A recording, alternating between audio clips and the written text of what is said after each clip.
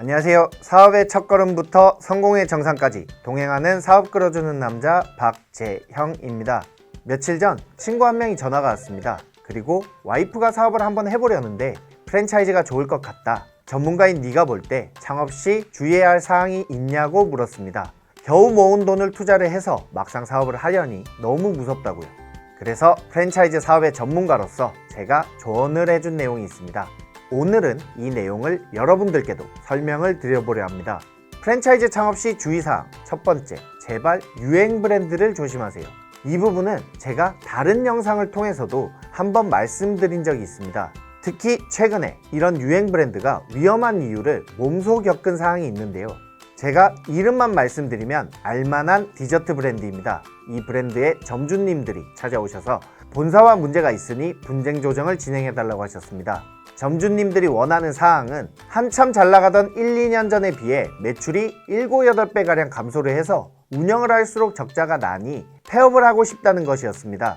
그런데 이 본사에서는 지금까지 밀린 로열티와 계약 기간이 만료되지 않았는데 해지를 하는 것에 대한 위약금을 수천만 원을 요구했습니다.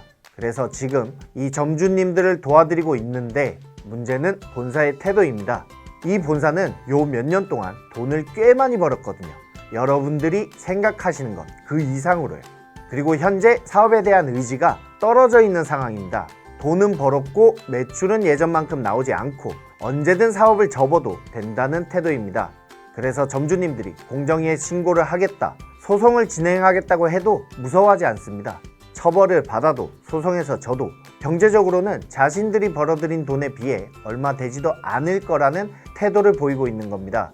이렇게 갑자기 흐름을 타서 유행에 올라탔던 브랜드는 창업자들이 몰려들면서 창업 비용도 비싸지게 되고 유행이 지나고 나면 본사로부터 방치가 될 위험이 큽니다.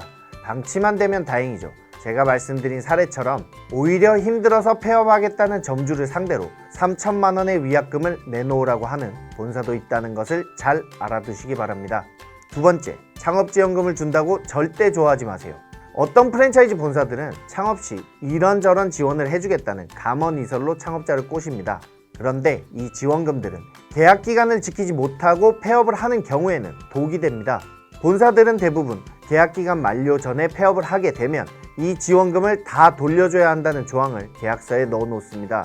그런데 해지에 대한 위약금 같은 경우에는 분쟁 조정이나 소송을 통해서 부당하니까 감면을 해달라고 요청을 해서 감면이 이루어질 수도 있지만 이 지원금들은 실제로 본사가 지원해준 것들을 돌려받는 거다 보니까 부당하다고 주장하기도 어렵습니다. 당연히 감면도 어렵고요. 따라서 본사가 창업 시 이것저것 지원을 해준다고 마냥 좋아하시면 안 됩니다. 세 번째, 정보공개서와 가맹계약서 내용을 읽어보세요. 이 세 번째 내용은 앞서 말씀드린 내용들과도 이어집니다. 지원금에 대한 회수, 위약금 이런 부분들은 다 계약서에 있습니다. 계약서에 없는 내용을 본사가 여러분들한테 주장할 수는 없어요. 그리고 프랜차이즈 사업은 가맹사업법에 따라서 계약 14일 전에 정보공개서와 가맹계약서라는 서류를 창업자한테 미리 제공을 하고 계약을 맺도록 정해놨습니다.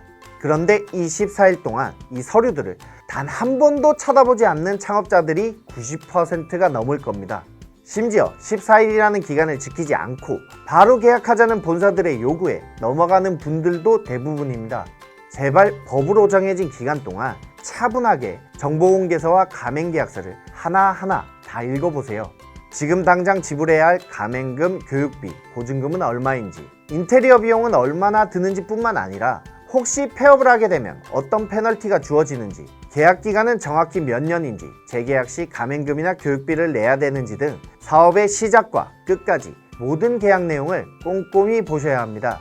너무 부당한 조항이 많다면 수정을 요구하거나 계약을 안 하시면 되는 거고요. 그런데 창업자분들이 이런 계약 내용을 제대로 다 파악하고 분석하기는 어렵겠죠. 그럴 때는 저와 같은 프랜차이즈 전문가를 통해서 계약 내용에 대한 검토를 요청하시면 됩니다. 문제가 될 만한 부분은 없는지 전문가를 통해 더 확실하게 확인해 보는 거죠.